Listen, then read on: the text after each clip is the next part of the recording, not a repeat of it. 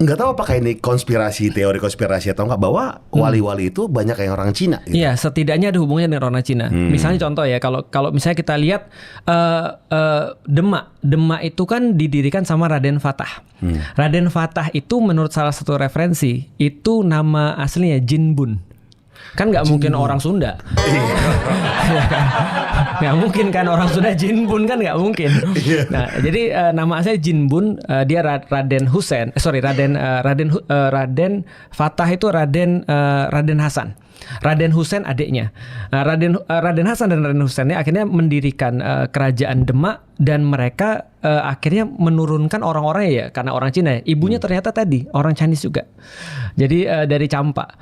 Jadi artinya kita bisa lihat itu salah satu contoh lagi, misalnya dalam referensi yang lain, walaupun tadi balik lagi ya, referensi ini karena saking banyaknya pasti ada yang bantah.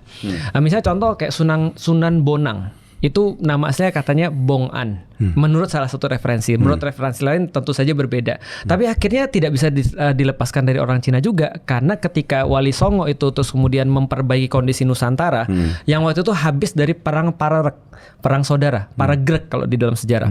Nah itu kan mereka kehabisan bahan pangan ya. Maka kan waktu itu Wali Songo meminta tolong kepada orang-orang Cina yang mampir ke Indonesia. Itu Cheng Ho. Untuk nyetakin sawah-sawah, lalu terus kemudian membuat sawah irigasi, bukan lagi sawah tada hujan. Akhirnya orang-orang bisa diselesaikan permasalahan pangannya itu, gitu. Artinya nggak bisa dilepaskan dari orang Cina.